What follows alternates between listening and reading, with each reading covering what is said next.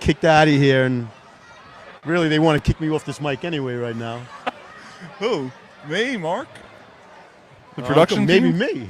I'm like, wait a minute, I got drafted into doing this. I was supposed to only be taking pictures. I didn't even know you were doing. I didn't know either. I come here, it's like, oh, Jay's doing color commentary for like, you. oh, you're gonna make me what? Do something what live? All right.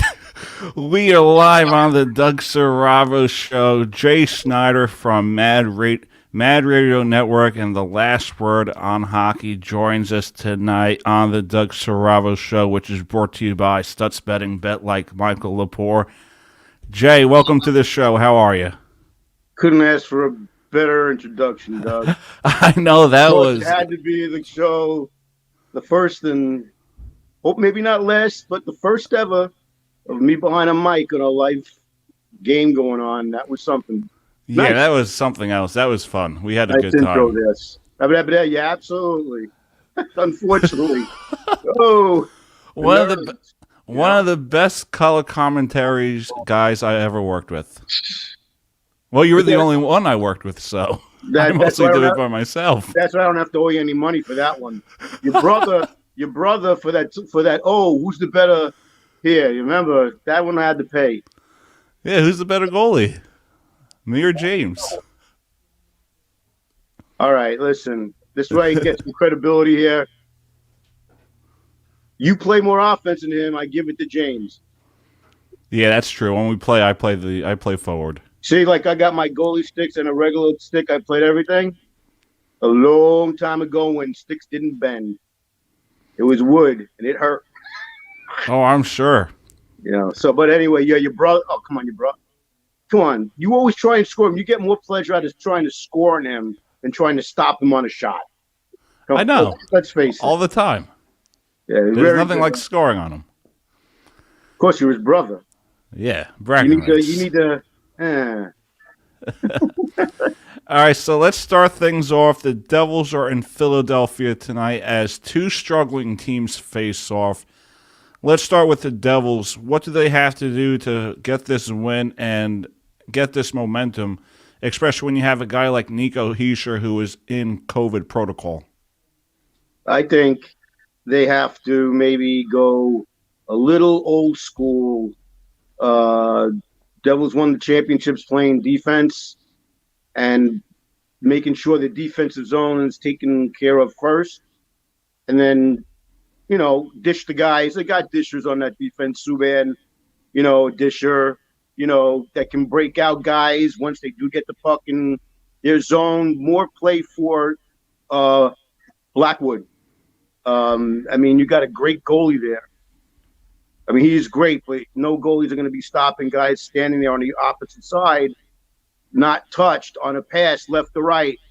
You can't ask your goalie to make those saves, not even 50% of the time. So you got to get rid of that. The offense, it makes its own, its own way. It has a it's not limited, but you got to play more defense because you want to win 3-2. You don't want to be trying to outscore teams, giving up easy goals because of assignments like that.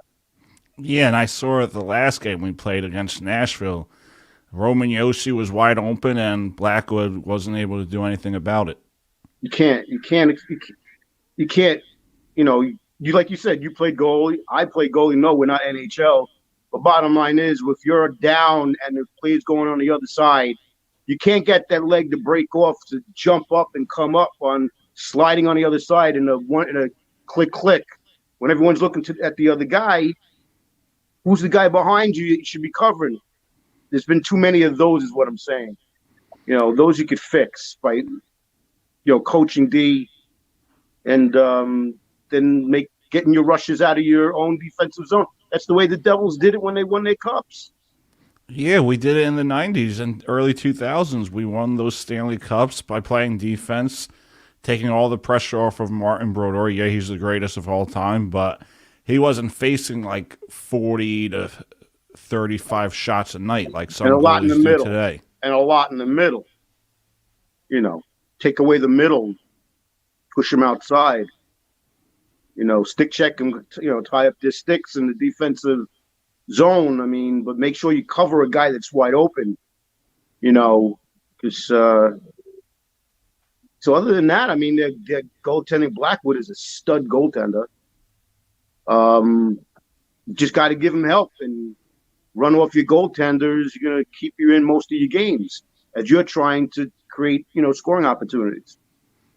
Yeah, and the last few games that I watched of the Devils is they really haven't had that many opportunities where, I mean, they played well decently on 5-on-5, but they wouldn't get that shot off. I think through 2 periods against Nashville, they had like maybe 18 shots, and that's not going to cut it if you want to win in the National Hockey League. Yeah, no, I mean, you got your skilled guys up front. Quinn Hughes just came back and hopefully stays healthy for you guys. Yeah, Jack Hughes did come back. That's huge. Hersher is going to be a huge loss. Nico Wood. I always, he's out for the year. What he did for that offense, you didn't want to get a puck in the corner because he was going to nail you down. He was going to follow through in those corners with those dump-ins fast too. So it's like the speed too. I mean, you can't coach speed the way you can't coach size. I'm like 5'7.5". I played goalie. I couldn't afford to go down on a knee. I stood up. I covered the whole net. I couldn't afford to go down. 6'4" goalies now going down on the knee, and they're shooting for that corner in the goalie's head to try and get that corner. Stand up. Bring that back into the hockey, Yeah. Let's actually stand at the corner. He can't go side to side fast enough. You're giving up that corner, like bring back the short goalies. But yeah, let's actually get to Miles Wood.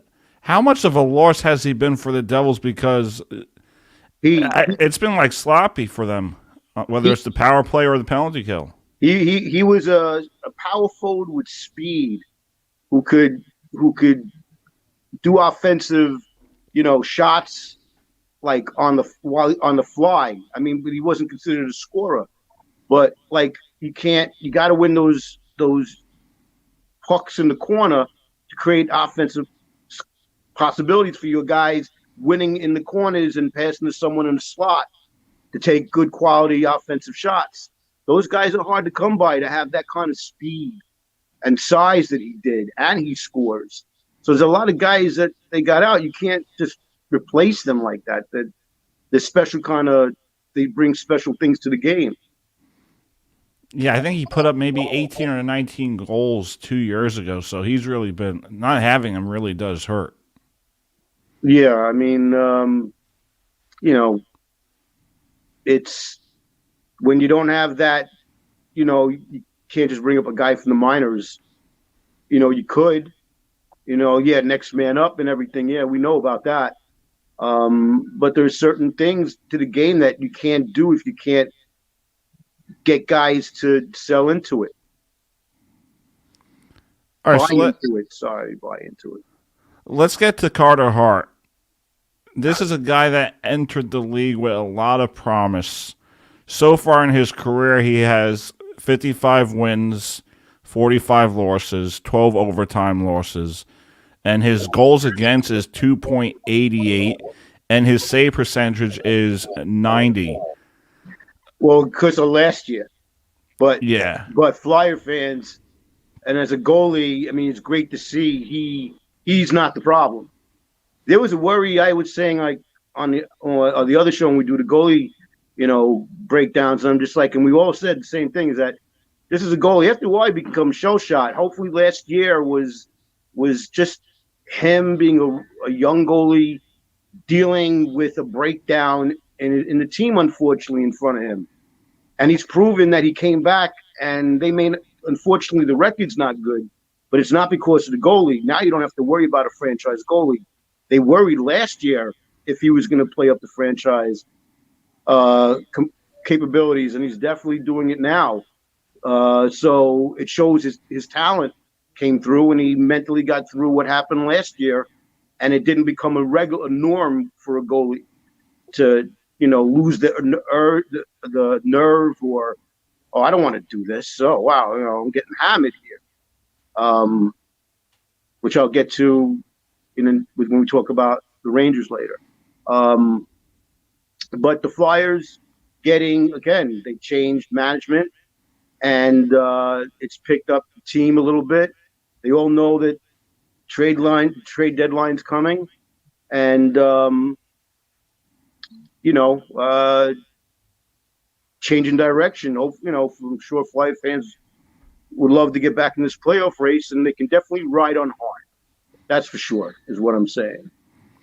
I mean, both of these teams, they're not really far out of the playoff picture. I think Boston has that last spot with 30 points, so the Flyers are 6 points out, and the Devils are 5 points out of that last wild card spot.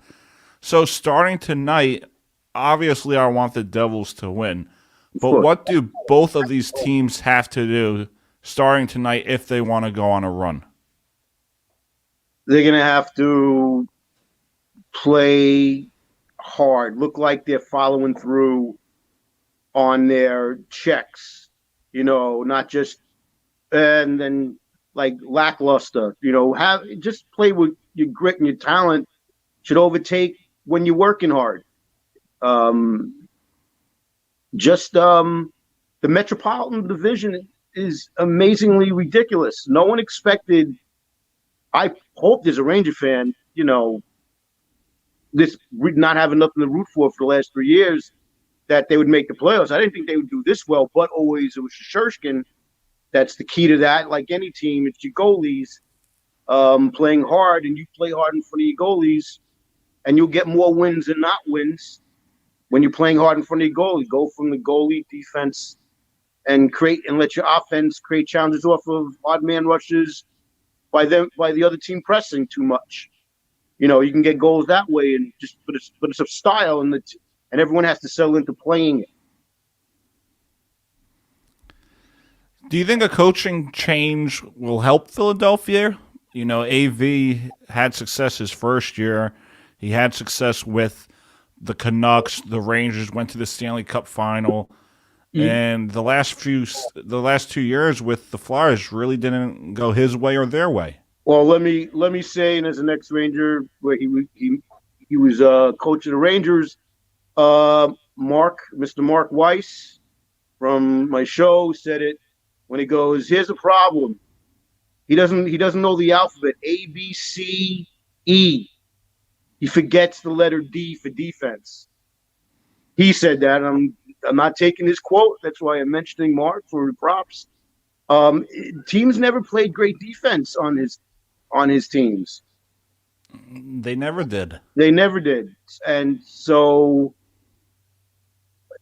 a change, to me, just saying,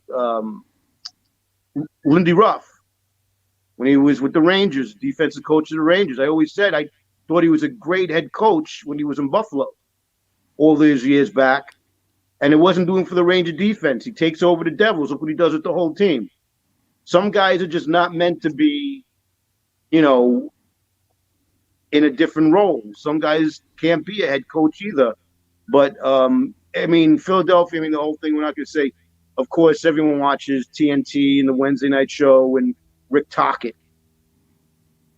We're all saying, and they're all playing that. They're just waiting for Rick Tocchet, which, Mike Yeo is an interim on him. He had an interim on him in Minnesota too, and he had a real good, and then they made him head coach. Maybe he'll get the head coach and turn the team around. He has a certain style, they say about him, and maybe he'll get that. But he has Tocchet right over his shoulder. Probably they always talk all the time. That everyone wants Tocchet to be the next head coach. So, Flyers have what to look forward to with at least, having the goalie showing that last year was a fluke, and he's your next goalie to ride on for the next couple of years while rebuilding, if you want to call it a rebuild. And the Flyers' offense hasn't really stepped up either. I think they have 65 goals in 20-some games, so that's not going to help either for this team moving forward. listen, the old GM made a lot of moves, and it's all you could do. I mean, if anything, however they look at the minors and draft or whatever, there's going to be probably a lot of trades by trade deadline if they look to go younger and get faster. Yeah, they did get rid of Voracek last year, but I think he only has like one goal with Columbus, so that's not really going to save the day for Flyer fans. Yeah, but he is not was, but is a guy that went into the corners and liked to play dirty too. You don't get all those kind of guys like that want to keep doing it. And you can't win those battles in the corners. You're not going to get those possessions in the offensive zone with takeaways, winning those battles and having a guy open for a slot shot, high percentage offensive opportunities. Again, if you're just joining us, we have Jay Schneider on from Last Word on Hockey, and my partner as the color commentator for one game. Hopefully he does more in the future. Still to come, are the Rangers pretenders or contenders, and can the Islanders bounce back? The Doug Siravo Show brought to you by Stutz Betting, bet like Michael Lepore. Before we head to commercial, Jay, is there any goaltender from your day, whether it's the 80s or the 90s, that reminds you of Mackenzie Blackwood and Carter Hart? All right. Mackenzie Blackwood, I'm going to say Tom Barrasso. And Carter Hart,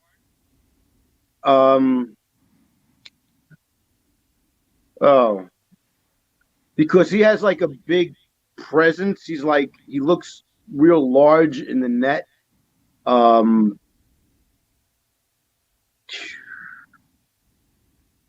Barrasso. Those are my two. All right, cool. Again, we got Jay Schneider on the air. We're going to take a quick commercial break. We'll be right back.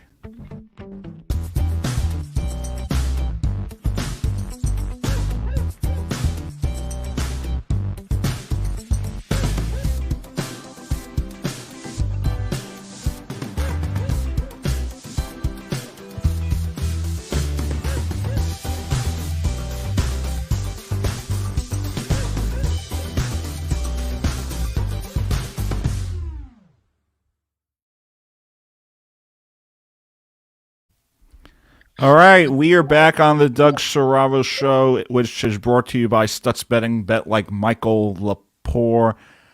So, Jay, your Rangers are on a roll. They did lose to Nashville. On Sunday night. Are they pretenders or are they contenders? Is this the year the Rangers finally win another Stanley Cup in franchise history, the first time since 1993, 1994, where they defeated the Vancouver Canucks? Okay, first foremost, as long as Shasturkin is very mostly healthy, they're definitely, to me, they're not pretenders. But as a hockey fan, I love my Rangers. Rangers number one, I'll go absolutely nuts. I can watch all of the hockey and learn to watch all of the hockey when the Rangers had some real bad years, and learn to appreciate what other teams, other players, the game brought. With the Rangers' nurturation of being able to win in the corners, they couldn't do for 2 years. Now they could do it better. Teams like Colorado and Nashville and Calgary, who play hard games the same, it shows that those teams are in a better made up at this point. The Rangers aren't heavy team like those teams are. Like, that's where they want to get, and they can compete because they can play that game now. But they're contenders. I'm going to root for them. They're at this point. Shasturkin's supposed to come back soon. They can't do it. Shasturkin got him most of the way here too. Riding on him, making the saves, leading the league in making those saves that should have been goals saves. Um, but other teams beat them. You're going to lose, and if you're going to lose to teams and learn from them what you still have to do better. If you making the playoffs, which you hope to continue to make in where we are now in the standings, but to be able to make it out of a round or two or however. But some teams are a little older and can't teach the body to be a man's body at 18, 19, 20 when you're going up against 25, 26, 30-year-olds who are playing that same kind of game. They're heavier, they're bigger, they're used to it. So if they get better at that and they continue just to keep working at that, they're going to be able to beat most teams. But again, Shasturkin, it's Shasturkin being in net the majority of the time for them to be true contenders this year. Let's talk about the Rangers on the road. They are 10-3-2. How important is it to show the fans, but also themselves, that, you know what, if we go into the playoffs and we're playing on the road, there's no problem for us here. We could win these games on the road. So how important is it now for these guys to get the experience of playing at a rowdy environment with rowdy crowds? I mean, it's not as loud as it is come playoff time, but to have this fast start on the road says a lot. Oh, yeah. What's the old adage? You win 3/4 of your games home, and you go go 50-50 on the road means you're going to be a real good team and making the playoffs every year. They're 10-3, and and the three teams they've lost to is Edmonton, Calgary, and I forgot the third team, but 2 out of 13 to 15 games. I'm sorry, I'm not adding right. To lose to those teams, those are elite teams with elite skill. And even if they don't win or get a point out of it, which and they've gotten points, they got a point out of that Edmonton game that time. Their NHL it's a gifted league with players that it's amazing watching teams play. And when they play the Rangers, as a Ranger fan, you just go, it's more of, even if you lose, come out of it going, we can skate with these guys, and next time I can't wait to play them again, which could be the playoffs. So they're beating teams that they should, and on the road they're beating more teams than they should. By having a 10-3 record on the road, it's ecstatic. You get all those points stored because every team knows you're going to go through a streak, and you're going to wish you had those points back when you need it during going into this. Not even the second. We just finished the first quarter of the season, and it's the first season in 3 years of a full 82 game season. As long as, luckily, with COVID, it's kept under control. We can get a whole season out of this one. Yeah, so let's stay on top of the New York Rangers because they've been looking like one of the best teams in hockey. They have a huge test tonight against the Colorado Avalanche on the road. It could be a Stanley Cup final preview, and I hate to say that as a Devil fan. How important is this game for the Rangers tonight and what they can show the rest of the National Hockey League? Well, let's say, like I was saying, that they've lost, just like at home, to the elite teams in the league. And if we're going to go back to when they just lost to Colorado at home, and anyone who saw the game could see the difference in Colorado because they had many years more behind them playing together too. But the unbelievable talent that kept coming, and they created it. That you have to play up to them. You can't wait to see what their tempo is going to be.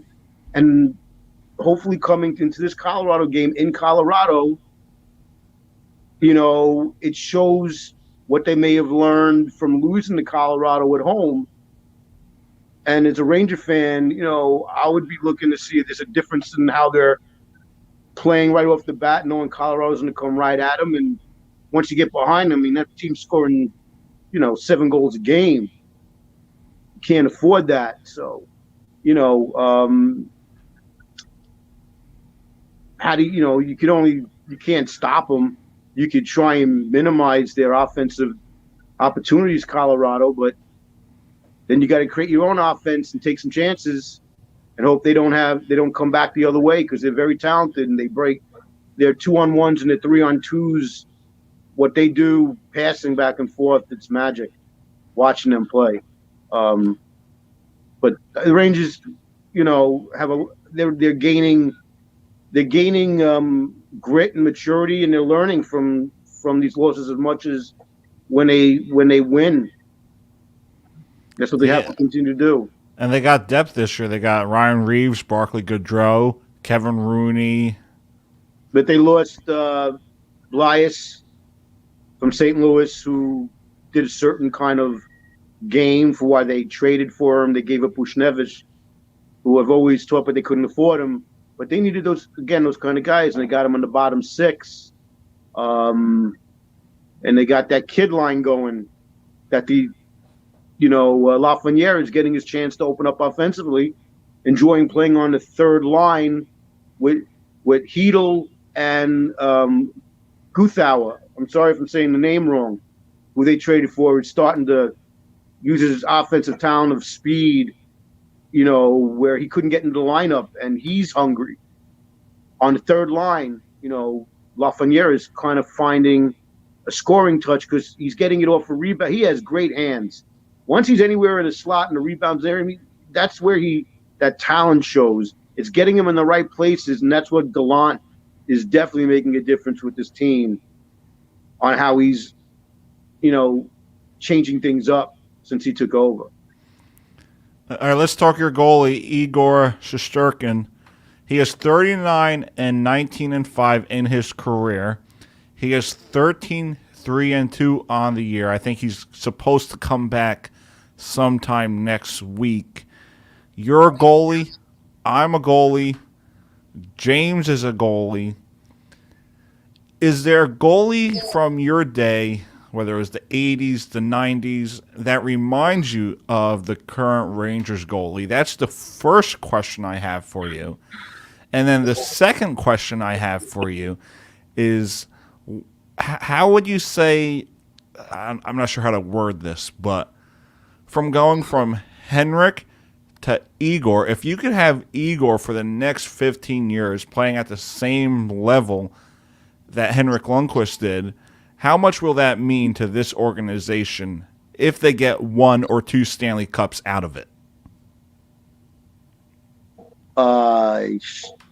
He makes saves. Like they always show, and they watch a hockey game before they'll show the goalie doing their eye contact, or they go through like a mental just on the bench for their focus. Yeah. Those kind of things. When, besides how Shasturkin plays, you could see like he's making a save and he knows what he wants to do with it. It's like he's, for his talent and what he does, a lot of it is almost second nature, it looks like, to him. And again, he's not the tallest, biggest goalie. I think he's like 6'2", which is considered short. He's pretty small. Yeah, you wanted me to. I'm gonna give the respect where the respect is and keep it in Ranger Town. I mean, Richter made more dynamic stretch from one side to the other saves, as we know. Shasturkin, 6'2". I think even Richter looks a goalie like him from oh wow. He makes saves again that you're not supposed to make. Like, he leads the league for making saves above scoring opportunities of any goalie in the league. And that takes position, being in like coming in from a shot or angle and being square from one spot to the other. So his mechanics are great, and his reflexes are very fast. That's a great combination. As far as goalies, he's like a combination. It's hard to say. I mean, because he's short. All the other guys were tall. The only guys that were short that were this good that I saw were like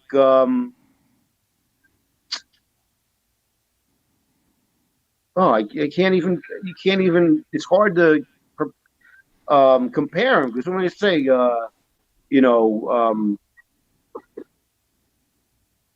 it's hard.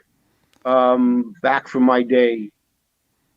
Oh, and he's 6'1" and 189 pounds. So he's not. I mean, he's actually old school in his size. He's not even of this generation goalies that they have to be 6'4" or 6'8", and he covers all the net. Whatever he does is a routine. Almost just getting back to that. He's so solid, so he's able to make the saves somehow, which is just a natural talent. But he gets hurt too.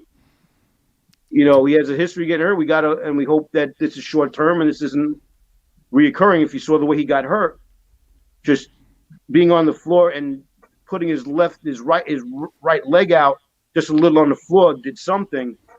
Hopefully, they take the time and he comes back because it's on it. And you were saying, how much would he, over say the 15-year career of Lundqvist, do the same thing and bring 2 cups to the Rangers? Would we be happy with that? There are Ranger fans out there that, hey, I was able to live long enough to see it in 94. There are people born from 94 on who haven't seen one yet. We got to see it that, finally we get to die,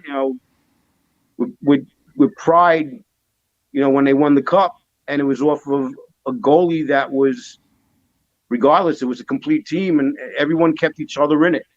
And you could ride on Shasturkin. You don't have to worry with him in the net like you do other goalies that you have to play back or he allows them to play free and open if they want, to take chances because he's back there. Not all goalies give that to a team that kind of, that they can do that they don't have to stay back or worry about going deep after, an offensive opportunity. Because it plays in your head. Mm-hmm.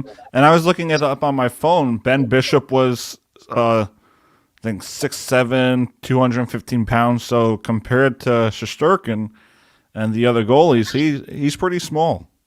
Yeah. So it's like the talent. It's like Dominic Hasek, period. I mean, you're just talking about a guy that did whatever he had to do to make a save. And he didn't think about the stance. He had to be in a stance.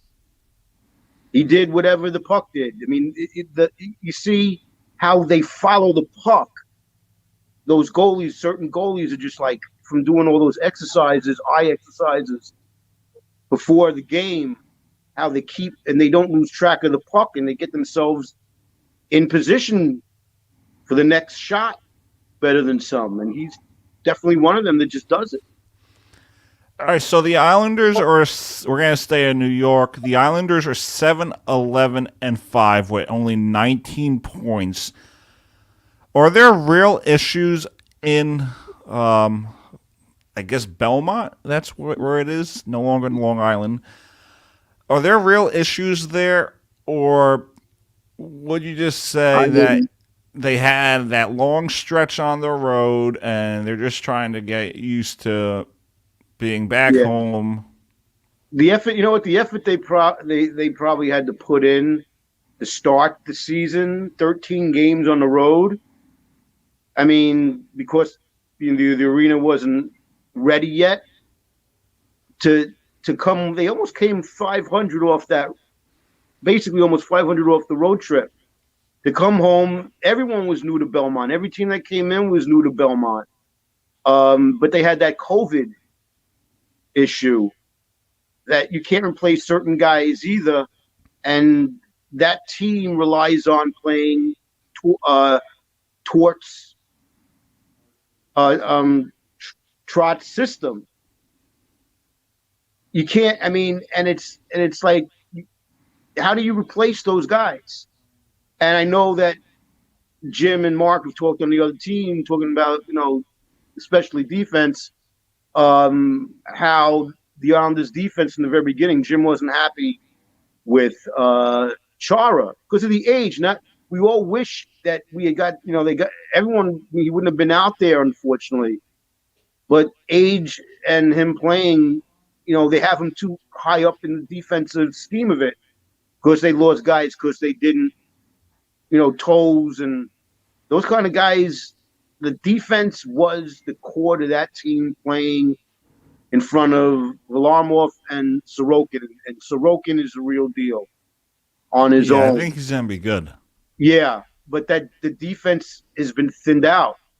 Like he said, Green, they're both old defensemen, and I would root first for any old defenseman or anyone trying to keep their whatever going. Yeah, that's like Mark Weiss playing out there in the NHL. Yeah, exactly. Mr. Weiss has a lot of pride playing his defense and taking pride in it, but that those guys maybe can't do what it takes to play that style, and they've had problems scoring offensively, so you definitely got to at least play that style that got you for the last 2 years, one to the deep into the playoffs. Shortened seasons though, you don't know too. That grind playing longer into the season, like they say in baseball. Or they played a longer season, they came back and they were rusty during spring training. Coming out after spring training, hockey is more physical and demanding, and what they had to do was play the Trotz style first in order to get scoring opportunities second. Yeah, I mean, you could say, they were in the bubble. That took a lot out of them, but took a lot out of a lot of teams. It did. But Tampa came out. They won the cup. They went back to back. And the Islanders lost a lot of guys to COVID. And then what they lose? They lost Nelson early. I mean, those guys you could count on the power play, always scoring those power play goals up front. And now a couple of guys are going into COVID, and there's a lot of pressure on Barzell. And Barzell has always been the guy that can take it east to west. They've always said shoot more. He could probably score more. He's a great skater. I mean, but those other guys all complemented each other to play in that style because they had to play the style first. Again, if you're just joining us, we have Jay Schneider from Last Word on Hockey and color commentator.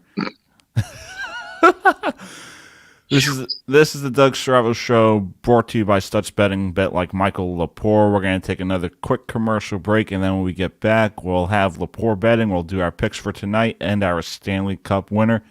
We'll be right back.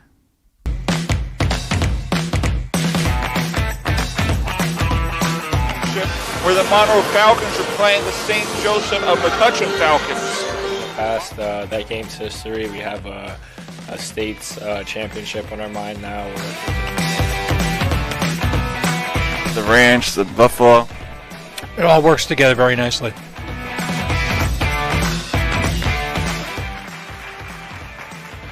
Welcome to Falcons Insider. Falcons Insider. On today's episode, we're doing a lot of great work. This is work that people said couldn't have been done before. A lot of money doing something you love. Re-elected team reporter.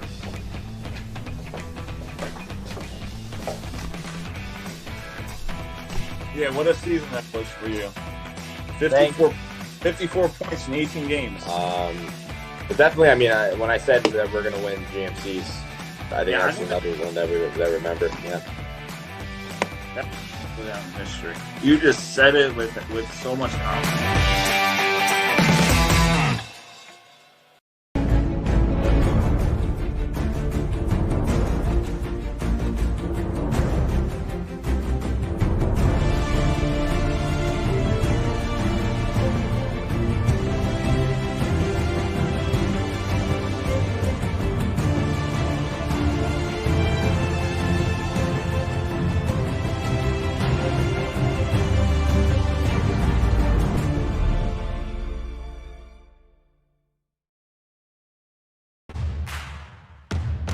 Betting. It was named after you because you are probably known for losing a lot of bets, especially when it comes to the horse My racing. lightning 5 picks.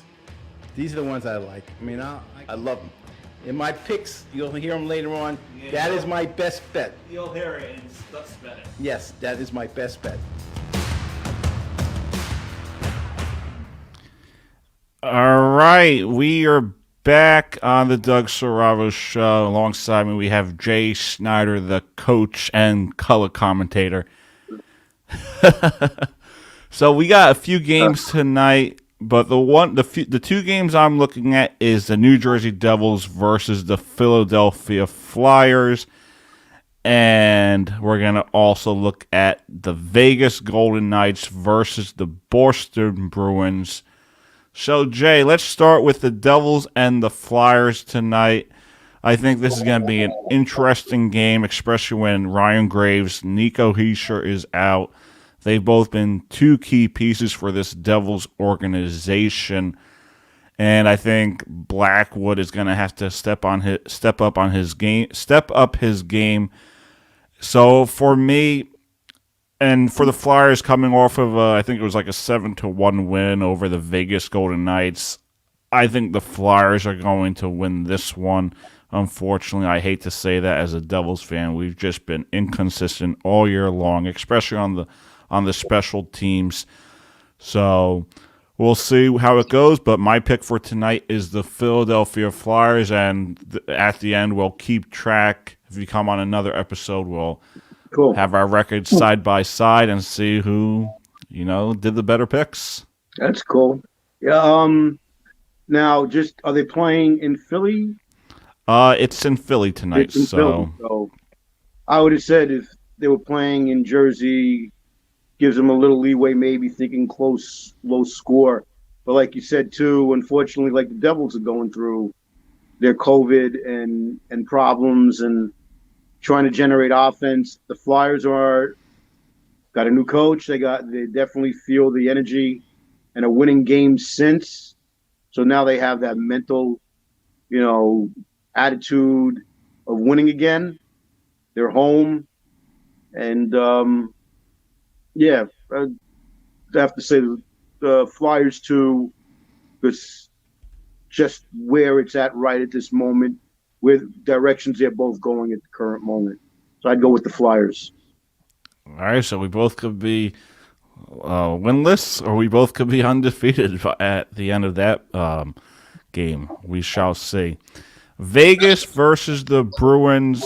For me, I think Vegas is the better team. They have the depth. Goaltending is still a little question mark for me because Leonard hasn't really been that full long-term starter, when he was with Ottawa, Buffalo, or even Vegas. I mean, he played a few games with Chicago, but for me, I think Vegas is the better team. They have the depth, and Boston is almost heading towards that full rebuild. So I think Vegas is just the better team. They're going to win this game. Jay, who do you got when it comes to Vegas and Boston? Okay. See, we may both lose together because I'm not going to pick the other way just to try and get ahead to go, on a hockey show. But look, you're right about Lerner. I mean, he's done it in one. He's done it for different teams, and now he doesn't have Fleury back there.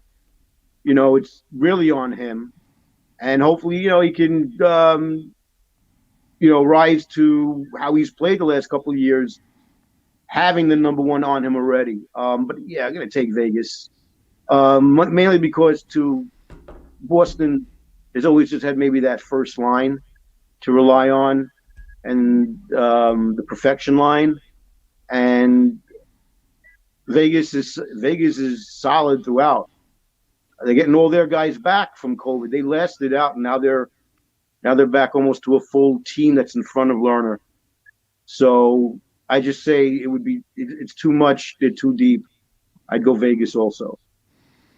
Yeah, I think they're the better team, and then once they get Jack Eichel, if it's this year, they're gonna be solid.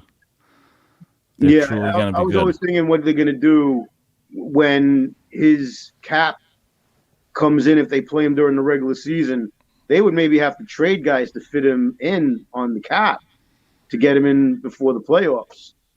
You know, like the Lightning would do with Kucherov out on LITR all season, and he's back for the playoffs, and the cap doesn't count. Yeah, that's right.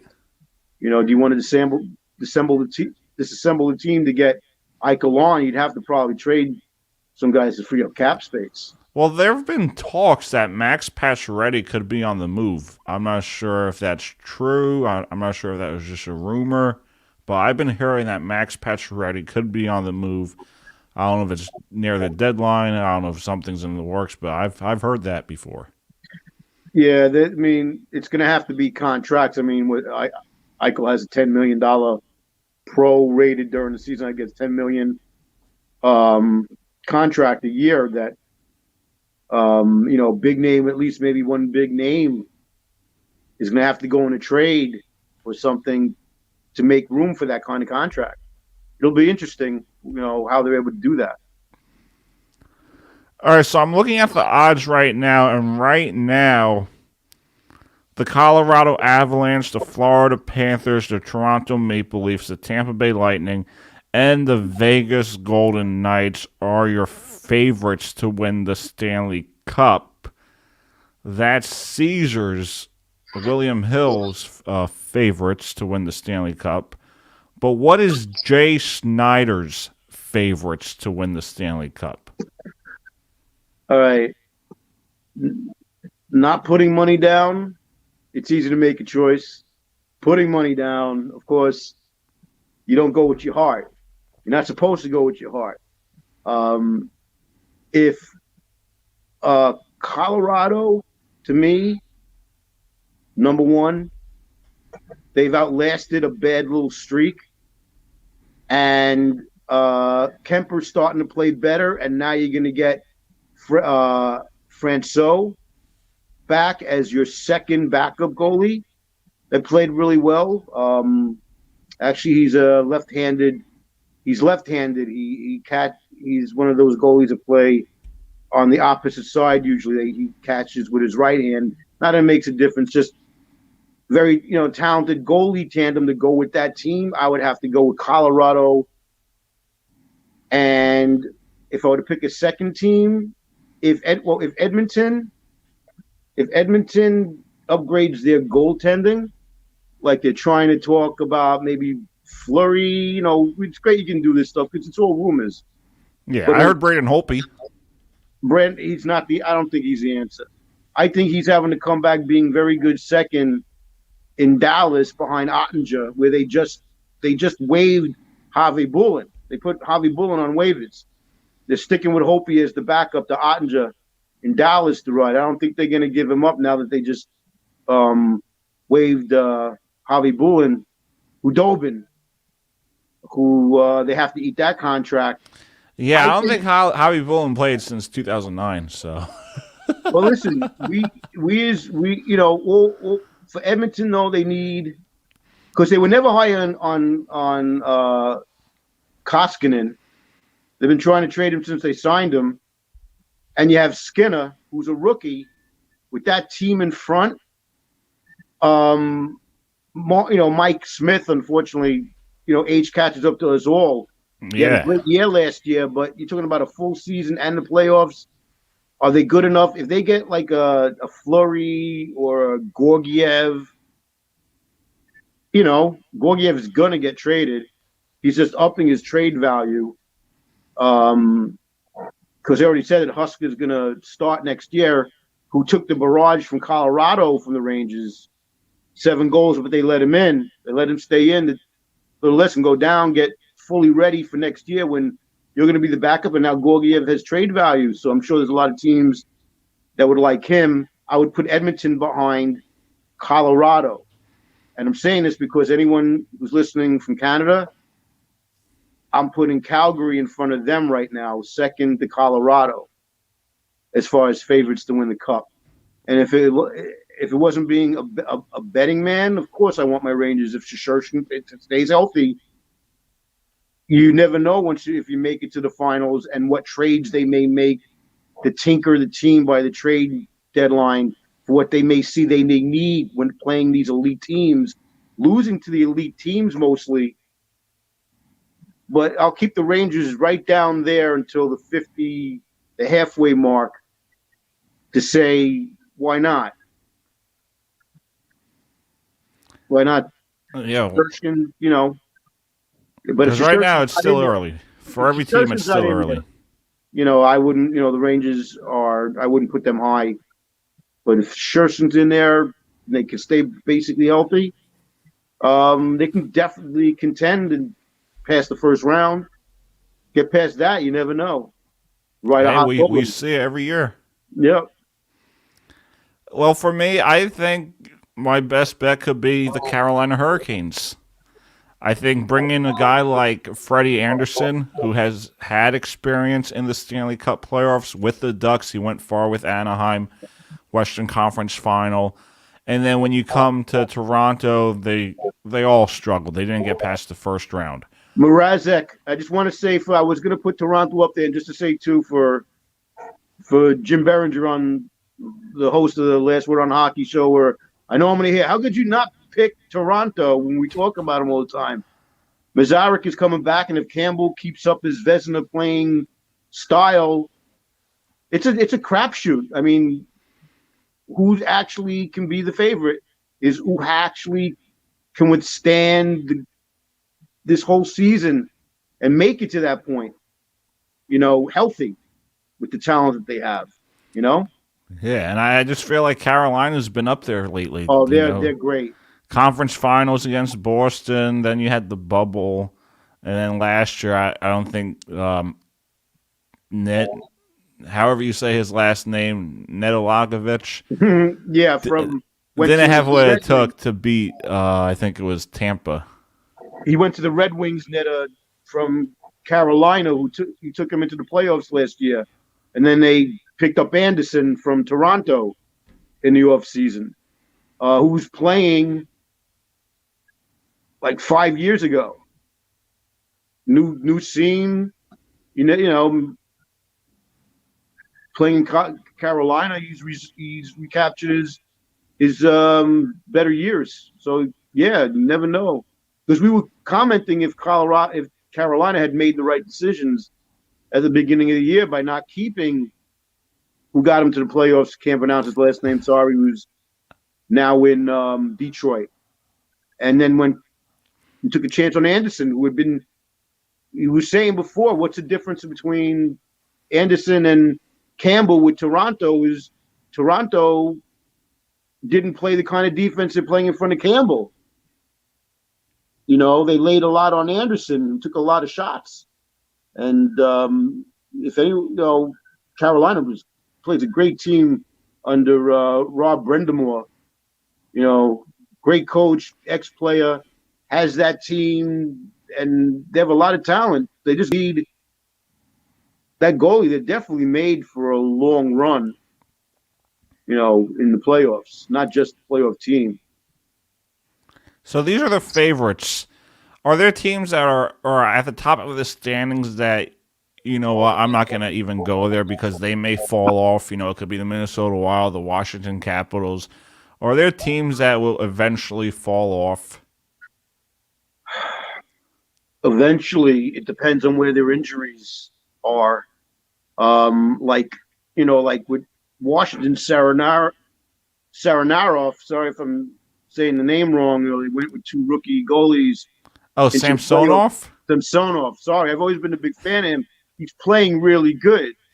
So they have a goalie to ride on, and Washington, scares the heck out of you. You can't just let those, Ovechkin is having a youthful, as we know, what he's shooting for in his career, renaissance, with a couple of injuries, losing Nicholas Backstrom and everything. You thought after they lost Nicholas Backstrom that they weren't going to be able to keep up on a winning, most of the time, and they have. So as far as a team that can't afford a kind of injury to stay up there, Toronto. You need Campbell to play the way Campbell's been playing. because that team is playing great in front. They're playing fast, and they're on you. They learned a lot from their playoff runs, needing that grit, throughout, and with Simmons on your fourth line, and guys like that are going to make sure guys are going to be hungry and play, because he's improved by example what it needs to get past the first round, which I'm sure they'd all like. Campbell, and you get Mrazek back, who had a great year last year. But you need Campbell not to get injured. And that could be a team without that kind of goalie that may it's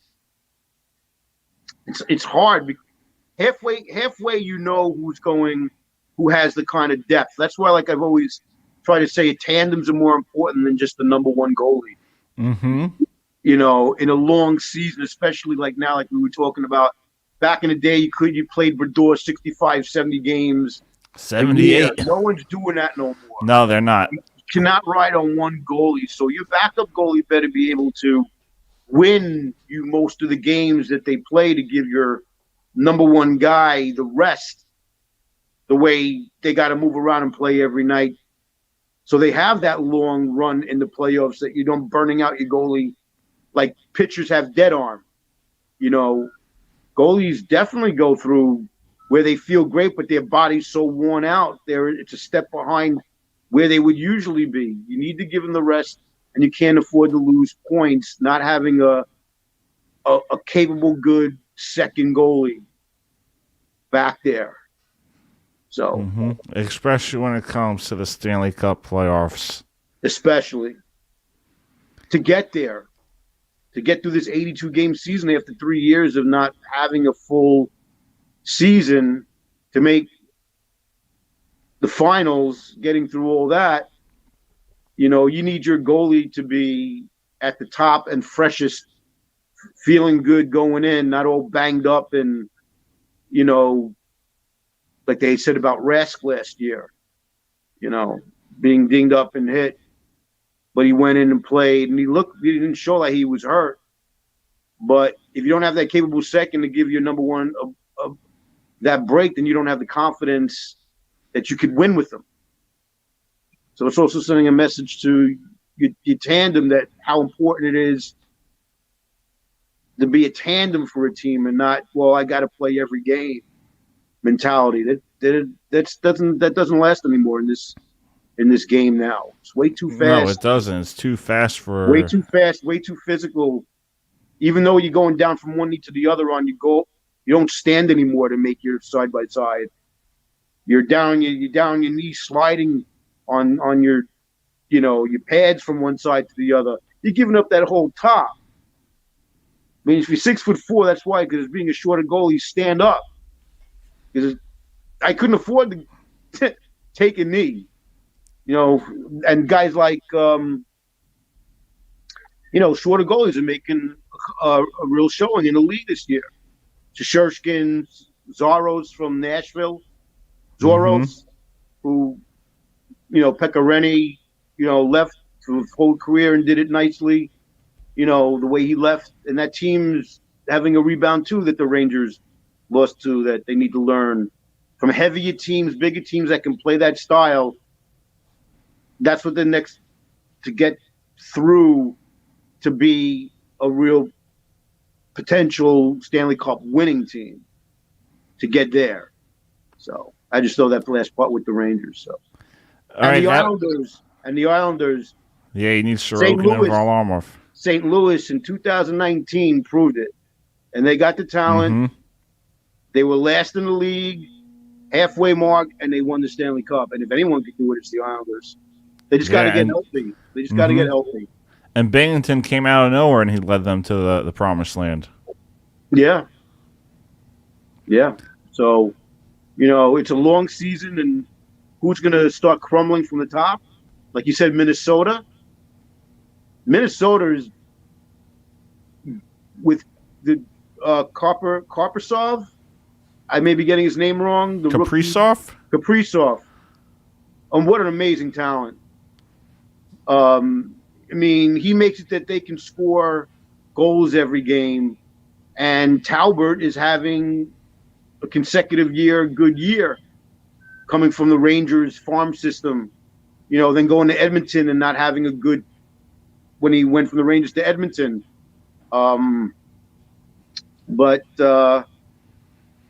So, Minnesota too has to think about that. Do they have to upgrade for depth in case Talbot goes down or, has a problem with the technique, that you don't lose this momentum that you've gotten up to now, him playing really well. Can he get you to Can he get you to the end? You got to make those decisions by the halfway mark. We're going to know who's going and who's going to be falling. Yeah, and that could also be the telling part for the Devils and the Philadelphia Flyers. Where will they be? Yeah, everyone's saying Philadelphia probably be sellers at the trade market, because as you were mentioning, there are a lot of older guys that they've stuck with. Mm-hmm. They're not going to maybe sign next year, and season is already whatever. That's how you get those high draft picks and new scouting to, fast players or whatever. Get them in now to play the last part of the season. Devils, I don't see as sellers other than Subban. With his expiring contract. Once his contract's up, they're not gonna let him coming back. Well, but they're not gonna let him. He still has value. Yeah, he kind of does. Contending teams offensively, that they can get something and could help this team. Maybe second half. You never know. They're staying. Metropolitan Division, though, is the hardest division to make up time. It's like, which of those teams do you expect to fall? Pittsburgh, we thought without Sidney that whole time. Jarry's recaptured that number one goalie presence that let them, get rid of Murray and ride with Terry, and he's playing number one, and you got Sid back. Washington I don't think Washington's going to falter. You got Carolina up there, so this is a hard division. The only team that you can see falter, unfortunately, I don't even want to say it, is my Rangers. If Shasturkin is out for a very long time, because you can't replace a goalie like that, and he's a major part why they are where they are. Mm-hmm. And 13-3-2. So crazy first year of this realignment in the first season in 3 years of that, like last year, all those times they played against each other, all those times, that makes it harder for teams in the playoffs, because now they played each other so many times. They go back to that in the playoffs. It's going to be great. It's just great hockey all the way through, and I hope my Rangers are there by the midway time and Shasturkin comes back, and I have 3 years, haven't been able to do it. Rebuilds are hard, and I know what Flyer fans are probably thinking, screw you, Ranger fan. What are you talking about rebuilds? We went through it. You guys may need to go through it and just have faith in your new management. Tocchet will be there next year, I think, past this year. And then that attitude on team, what he did in Arizona, and he's like a Rob Brendamore. You ain't going to say nothing to him. He'll get that team, every game. Youth, what is it? Mark was saying about the captain. They didn't even trade the captain. They were saying. So once you're going to do that, basically anyone is expendable in trades. If you're going to trade your captain and not re-sign him, he's a free agent. They got, they got a lot of decisions they got to make. Yeah, they do. So but they have time will tell. They have Hart, and I rooted for Hart as a goalie. Period, man. Great goalie. I'm glad he's rebounding from last year to show it wasn't him. Yeah, and if he could keep it up, they will still be in the playoff race. So that would definitely help him. Took them 2 years ago in the bubble. He proved himself right there. I mean, they could win a cup with him with the right, with fixing and whatever they got to do, building the team in front of him for sure. Yeah, and we shall see. We got plenty of hockey left. 50 more games. It's definitely going to be interesting. Last word on hockey. That's where you can catch Coach Jay Schneider. You can also catch him next time him and I do play-by-play for a hockey game, as he will be my color commentator. He did a great job. Here is some of his. Here is some of his. More of these the second time, knowing after the first time what I'm up against. Yeah, here's some of his clips right now. But like I said, this is for charity. So exactly. It's about making the best of the event, and hopefully I can make something of something. Yeah. Of something. Again, wait a minute. Let's show this. Oh, all right. The camera's up there. It says FDNY EMS team in bold letters on the bottom. That is the white team. And then this is the boldest roster. The numbers are in the right order, as you guys see. So we give a shout out to Mark Weiss for that. And he's reffing. Speaking of Mark, so what did you mean by that? Make something out of something out of something. I was supposed to take pictures only. I came in, I was the cameraman. All of a sudden, I'm like, "Oh, you want work with Doug, be the color commentary for his play-by-play of the game." I'm like, what? I didn't think I'd ever get on a podcast, and they were talking 3 years ago, and they got me to do it. I wasn't prepared. I never did this before. I never did that before. I never had a color guy before too, so that really helped. You sure you want a color guy like me again? You know, it wasn't that bad. Mark, we were talking about it.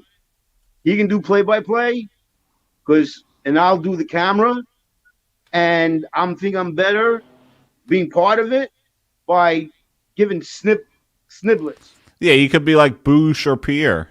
Yeah, because if anyone who heard the game and heard me trying to do color play-by-play, I hope you deleted it. I hope you put it on mute right away. I had to hear myself try and listen to this thing after. Never did it before. It was for charity, a charity event, which made it go, you know what? The charity doesn't lose by it. I'm not getting paid. Whatever it takes. I'm just sorry for everyone that had to listen to me try and do it. It was good. I would do it again. I would have fun. I would have more fun because at least I know what to kind of try and expect doing it, and we would have better rosters. Yeah, see, that would be the key. It would be a lot better if I had a legit roster and I knew what team was what team. And we didn't know that. Yeah, I could just do play-by-play the whole time, and then you just add whatever's in there. That'd be like, whether it was a goal you see that left or a penalty. But not trying to chase and 27 to have But we really didn't have the organization for the play-by-play, the production side of it. That was on the fly. Shout out to Mark Weiss for that. Yes. So if we ever did play-by-play and color commentary again, we would have we could have the legit rosters where I know who's who, and I could just focus on all the play-by-play, and you added in, oh, that was a great play, this and that. But it was all for fun. That was great. We did a good job. It was for Lexi.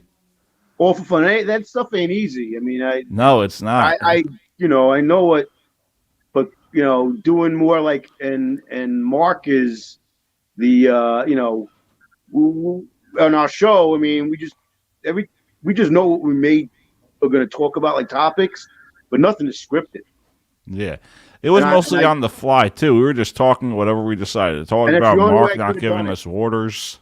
And that's the only way I could have tried to do it, to give it some something of a something. Yeah, something of a something. Whatever came up was that something. What do you make with that something? Something. I'm telling you, I need drinks next time. I'll be doing the camera. Mark will be the one doing, the other guy, and I'm the guy behind you. You want to show me once in a while? I'm fine being down here. I'll do this. You'll hear me once in a while. I'll get the waters. I'll make sure we have waters. Tell them about the water part. Tell them about the water part. Oh, we never had our orders because Mark was supposed to get it for us, and he never did. I think I actually have What it do you think in about here. his refereeing have so proof. far? Color commentary. But the woman Now, was scared. The woman he had 7 to. scared that Oh, he was I gonna think it's throw coming it up right here. and hit her. All right, let's send it back to Mark in the studio. Yeah, it's coming up right here. She's like, "You're not Mark? going to throw it." Yeah, listen. Where's our waters? Where's our orders, Mark? Just let everyone know, 1100 to the winner. 09155. Mark was supposed to get us waters. Huh? No, they didn't have that here either? And that was Ronald Harvin Thank you. doing the camera Thanks play. a lot. Maybe I'll ride the Zamboni. Well, if Mark doesn't drive, I'll be looking for another job after this is over. I can tell you that. well, if Mark doesn't drive you home, That'll get you like 3 oysters. Mark doesn't drive me home. Forget about it. 0915529. 0915529. but Jim supports you. 0915529. Oh, we gotta check her. I don't trust her. She's been cheating. My on brother me. Mark- Jim's Jim is just all over nice. for Jim's that. Mark just should be being coming nice up to his soon. old pal, yeah. Well, there's Mark. Mark, there's where's Mark. our waters? Water. What's your name? We're on the balcony. Margaret. Come on. Margie, you actually won. You're not cheating this time. That was Mark. Everyone she wins is for her friend. Her friend's gonna ask her how she did. You won nothing. Zero. Oh, Mark. Oh, There she is. hey! We got the water. We got waters. Now, cameraman Mark came through. Well, if Ronald wasn't there and he threw it at one of us, we probably would have dropped it. Better have caught it because that woman would have came up and kicked our ass. Well, what about my equipment? After she would have kicked our ass for you're not gonna throw that, and we would have missed it, and the water goes down on her. I think the equipment would have been regardless thrown off the balcony and made it to the ice. Yeah, well, especially the way we did the play-by-play. Especially the crowd. Oh no, you ain't gonna throw that water up here. Well, luckily, Mark has good aim as a referee from the ice. no, I was going to say, luckily the live stream was only broadcast on Facebook, and it wasn't broadcast throughout the arena. They would have taken the mics. Oh yeah, like I said, I would have been riding the Zamboni after all the way home.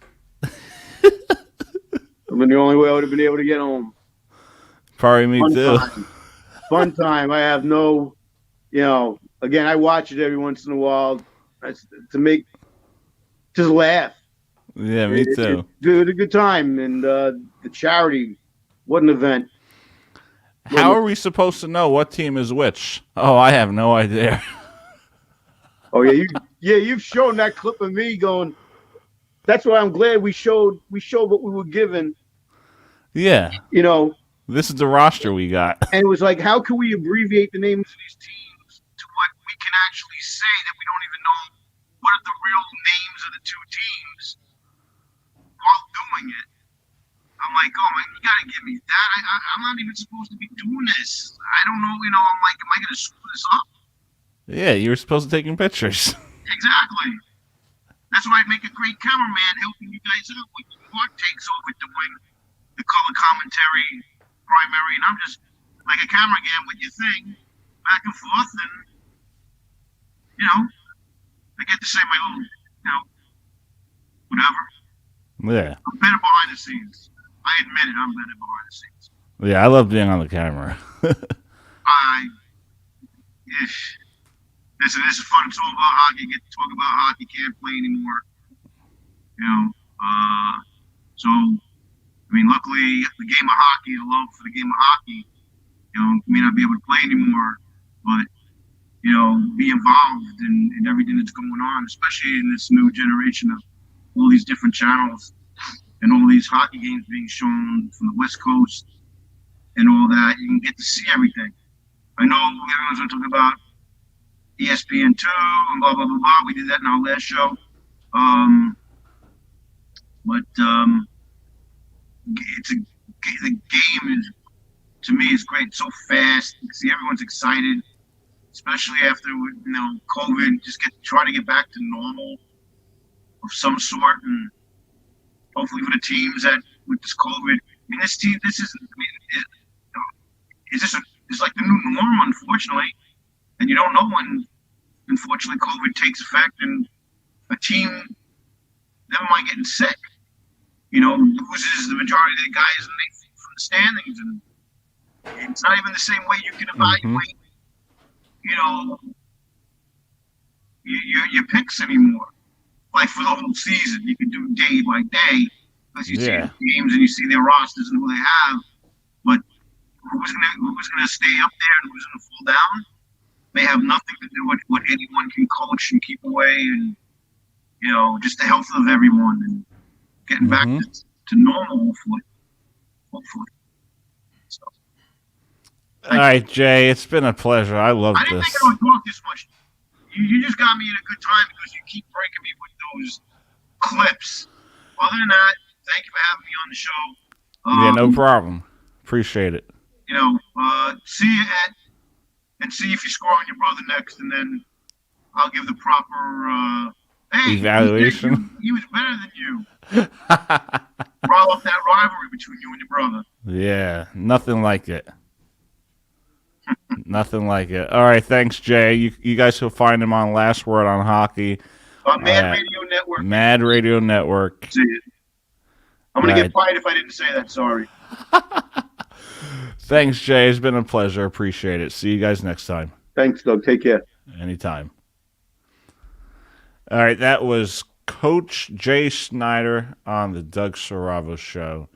Jay, thank you for coming on. We will see you guys next time. The Doug Siravo Show is brought to you by Stutz Betting. Bet like Michael Lepore. And as always, we will finish this episode with our tribute to our late friend and former co-host of the Doug Siravo Show, Michael Lepore.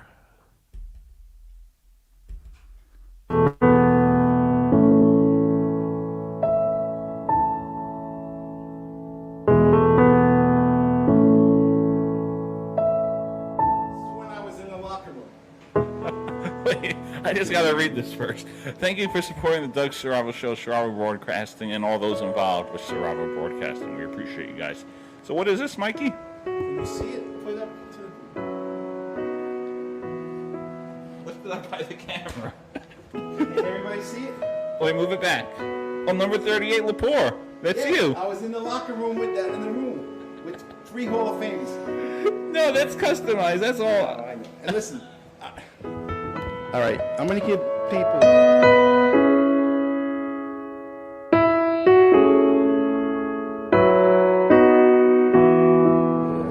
No, that's for the pen. Oh, yeah, that's for the pen. No, they got to be more for the Razor. 16-1. 16-1, that's not bad. Mike, what do you think about your Chargers this past season? They stay. I'm sorry. All right, thank you, Mike.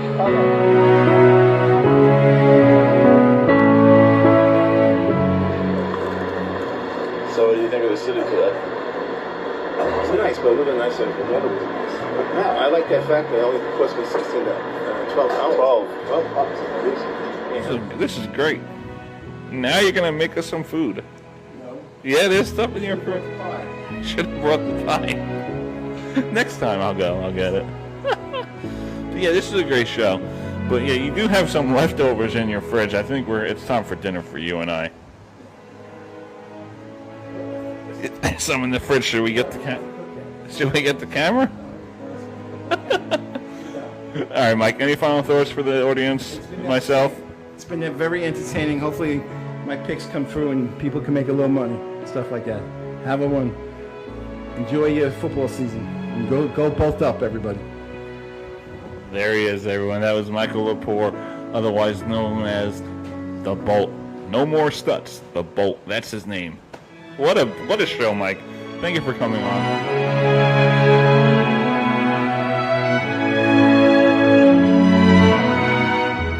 Don't listen to these picks.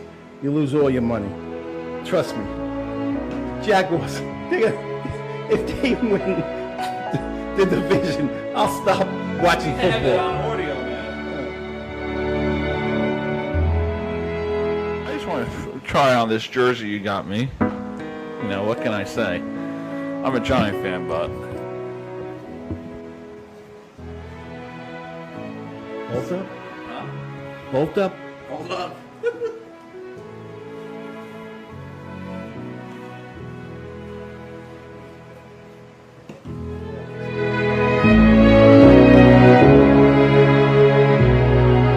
Man of many nicknames. We got. All right, you don't want to be called Stutz. What about produce? I know produce. We're gonna go to a quick commercial break. We'll be right back. I love you, Mikey. There you go. He's officially a Charger fan. No.